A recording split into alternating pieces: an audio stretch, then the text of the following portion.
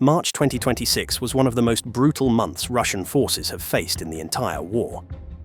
According to a report, Russia suffered an astonishing 35,351 casualties in just 1 month, a new monthly high and a sharp increase from February. Based on Ukraine's own figures, that means Russian losses rose from roughly 27,400 in February to more than 35,000 in March, a jump of about 29%. And to be honest, for Moscow, the number alone is not even the most alarming part. Because Ukrainian officials say almost all of those casualties came from a new battlefield tactic Ukraine has been scaling with remarkable speed. What is taking shape is not just a tactical adjustment, it is a broader defense strategy, one built to sustain a longer war of attrition, raise the cost of every Russian advance, and hold back one of the most powerful militaries in the world.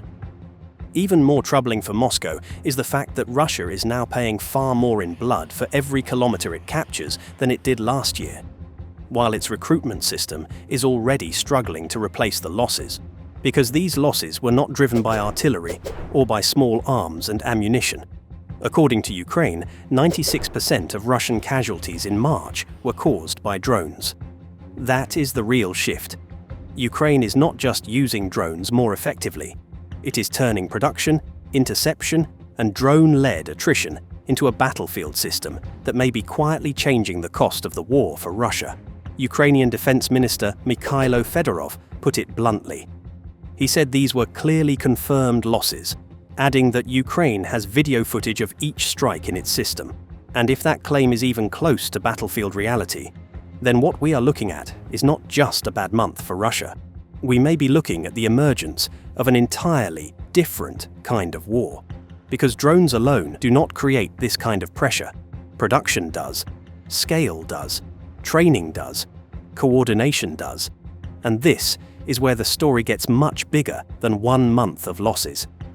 What Ukraine appears to be building is not just a more lethal front line. It is a repeatable attrition machine, one that can strike Russian troops in greater numbers, intercept more incoming threats, and steadily force Moscow to spend more men, more time, and more resources just to keep moving forward. That matters because Russia can still capture territory in places. But if each kilometer now costs dramatically more than it did a year ago, then the question changes completely. The war stops being only about whether Russia is advancing. It becomes about whether Russia can still afford the way it is advancing. Ukraine says Russia has been unable to replace all of its losses since December. Moscow reportedly plans to recruit 409,000 contract soldiers this year, which works out to about 1,120 per day. But Ukraine's own tracking says Russia recruited only around 940 troops a day in the first quarter. If that pace holds, Russia could be heading toward a shortfall of roughly 65,000 soldiers this year. That changes everything, because now Ukraine's strategy is not just about killing more Russian troops, it is about pushing Russian losses above Russia's replacement rate. And once you understand that, another question opens up. How is Ukraine suddenly generating this kind of pressure at scale? This is where Ukraine's domestic production surge enters the story. Ukraine has been expanding an entire ecosystem behind this shift, manufacturing more first-person view systems, increasing sortie volume, and building a layered drone network that now includes not only attack platforms, but interceptor platforms designed to hunt Russian drones in the air. In March alone, Ukrainian officials said their forces struck more than 151,000 targets using drones and flew around 11,000 sorties a day. Those are not the numbers of a side experimenting anymore. Those are the numbers of a side industrializing a method of war. And one of the clearest symbols of that shift is a Ukrainian company called Wild Hornets. Wild Hornets is part of a new generation of Ukrainian defense innovators, helping transform drones from useful battlefield tools into the backbone of an entire combat system. What makes that important is not just the hardware itself. It is the speed of iteration and the speed of production. One of Wild Hornet's most important systems is an interceptor drone called the Sting. Reuters says it costs about $2,000 or less per unit, a tiny fraction of the cost of a Patriot interceptor and still below the price of a Shahed-type drone. That is what makes it so important. Ukraine is no longer just trying to defend its skies. It is trying to defend them cheaply enough to sustain a long war. Reuters says this interceptor is already part of a production system that has crossed 10,000 units a month. That is not battlefield improvisation anymore. That is industrialized adaptation. And once Ukraine can threaten Russian troops cheaply at the front and intercept Russian drones cheaply in the sky, the battlefield stops being just a firepower contest. It becomes a scaling contest. It also shows that Ukraine's new strategy is not just to fly more drones at Russian troops. It is to build an entire drone ecosystem. One layer attacking, one layer defending, one layer intercepting, all tied together by production and battlefield feedback. But if Wild Hornets shows how Ukraine is changing the battlefield, the next question is even bigger. Who is helping Ukraine scale this fast? This is where the story expands beyond Ukraine itself and into Europe. Because European countries are no longer just sending aid, they are increasingly helping Ukraine co-produce the systems behind this new way of war.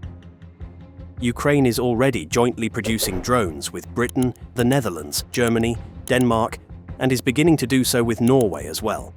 This is turning battlefield adaptation into something that can be scaled beyond Ukraine's own borders. And if you want one country to watch especially closely, it is probably Britain. Because Britain is not only one of Ukraine's strongest political backers, it is also emerging as one of the key external production hubs behind this drone ecosystem. That means Ukraine's drone war is becoming Ukrainian in design, but increasingly international in scale. Then there is the Japan angle. Because once outside investment starts flowing into Ukraine's interceptor drone ecosystem, the war changes again. On April 8th, Reuters reported that Russia had summoned Japan's ambassador to protest an undisclosed investment by Japanese company Terra Drone in Amazing Drones, a Ukrainian firm focused on interceptor systems. That alone tells you something important. What is being built inside Ukraine is no longer being treated only as an emergency battlefield workaround. It is increasingly being treated as a strategic technology ecosystem worth funding, scaling, and backing. And the reason Japan matters here is not simply that money changed hands. It is that the investment signals confidence in where this war is heading technologically. Reuters reported that Terra Drone and Amazing Drones are tied to the Terra A1, an interceptor drone listed at about $2,526, and that Gulf states such as Saudi Arabia and the UAE are already interested in this cheaper model, because mass drone attacks are draining stocks of far more expensive air defense missiles. In other words, Ukraine's drone ecosystem is no longer just solving a Ukrainian problem. It is starting to look like a model other countries may want as well. That means Japan's investment is not only about helping Ukraine today, it is also about getting in early on a battlefield-proven, lower-cost defense technology that could matter far beyond this war. And once you combine domestic innovation, European co-production, and outside investment, another picture starts to emerge. Ukraine is not merely buying time on the battlefield, it is building a new war architecture. And strategies like this only become truly decisive when they collide with weakness on the other side. And one of the clearest weaknesses now emerging on the Russian side is manpower. Ukraine says Russia has not been able to fully replace its losses since December. According to the Ukrainian account cited by Al Jazeera, Moscow set a goal of recruiting 409,000 contract soldiers this year, which works out to about 1,120 troops a day. But Ukraine's I Want to Live initiative said Russia recruited only around 940 a day in the first quarter.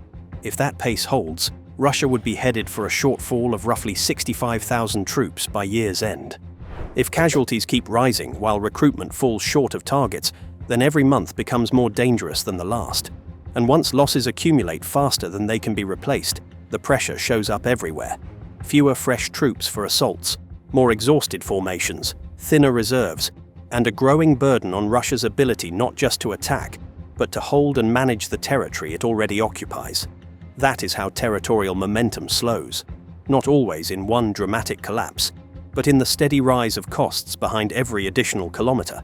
Al Jazeera reported that Ukrainian officials claim Russia suffered 316 casualties for every square kilometer captured in the first 3 months of 2026, compared with 120 per square kilometer last year. The same report, citing ISW estimates, said Russian forces captured an average of 5.5 square kilometers a day this year, down from 10.66 in mid-2025 and 14.9 at the end of 2024. Even if Russia is still advancing in places, the exchange rate is worsening. But manpower is only one side of Russia's problem. Funding is the other, because Ukraine is not only trying to make Russia bleed in men, it is also trying to make Russia bleed in money. That is where the attacks on oil infrastructure, refineries, and export-related sites start to connect directly to the drone story. At first glance, these can look like separate campaigns. One campaign kills troops and disrupts battlefield operations. Another campaign hits refineries and export nodes. But strategically, they point in the same direction. Ukraine is trying to widen the war from the front into a system. The battlefield is one target. The machinery funding the battlefield is another. And the more those two layers reinforce each other, the more dangerous Ukraine's overall strategy becomes. Because now Moscow is being pressured on both ends of the war equation. It is losing men, and it is being forced to defend the infrastructure that helps pay for the war those men are fighting. That is exactly why Ukraine has renewed strikes on Russia's energy system. Reuters reported on April 8th that Ukraine had escalated attacks on Russian energy infrastructure after peace efforts stalled. Among the most important hits was Norsy, Russia's fourth largest refinery, which was struck on April 5th and then suspended operations. Reuters also reported damage or disruptions at the Kurishi refinery in late March, the Ust-Luga complex, the Saratov refinery, after a March 21st hit, and earlier damage to refineries such as Ilsky, Volgograd, Ukhta, and Afipsky. The campaign also widened beyond refineries to oil export infrastructure, including the terminals at Novorossiysk, Sheskharis, and Primorsk. And the dates matter because they show this is not random. Ukraine struck Norsy on April 5th. Reuters reported that Ust-Luga resumed crude exports only after nearly 2 weeks of disruption following a March 25th Ukrainian drone attack. And even then, continued drone activity caused delays. Reuters also reported that crude exports from Sheskharis at the Black Sea port of Novorossiysk were halted this week because of similar attacks. That means Ukraine is not just trying to start fires. It is trying to disrupt flow, delay cargo, interrupt processing, force repairs, and make the export machine less reliable. That is the logic behind the campaign. Less reliable oil and gas processing means less smooth exporting. Less smooth exporting means less revenue. Less revenue means less money flowing into the state machine that pays soldiers, subsidizes recruitment, repairs damage, and keeps the war effort moving. Ukraine is trying to make Russia pay for the war twice. First in manpower, then in money. And that is what makes this strategy so dangerous. So when you put all of these pieces together, the deeper logic comes into view. Ukraine is not just using drones to kill more Russian troops. It is using production, interception, and scale to turn drones into an engine of systemic pressure. Pressure on manpower, pressure on logistics, pressure on funding, pressure on the enemy's ability to keep fighting in the same way month after month. That is the real strategy. And if it keeps expanding, then Russia is not just facing a more dangerous battlefield. It is facing a more dangerous future. Because the most important phrase in this entire story may not be 35,351 casualties. It may be something much simpler. Ukraine is industrializing attrition. It is trying to build a model of war in which constant, scalable pressure becomes a substitute for some of the advantages it lacks in conventional mass. And if that model works, then Russia's problem is not one bad month. Russia's problem is that each month could start looking more like March. That is the nightmare. Not that Russia takes a shocking number of losses once, but that Ukraine is constructing a system capable of reproducing that pressure again and again. And once a battlefield system becomes reproducible, it stops being a surprise. It becomes a doctrine. It becomes a machine. Because the real reason Ukraine's new strategy matters is not simply that it is effective, it is that it may be sustainable. And sustainable pressure is what breaks armies in long wars, not one-off brilliance, not one spectacular strike, but a method that can keep generating pain faster than the other side can absorb it.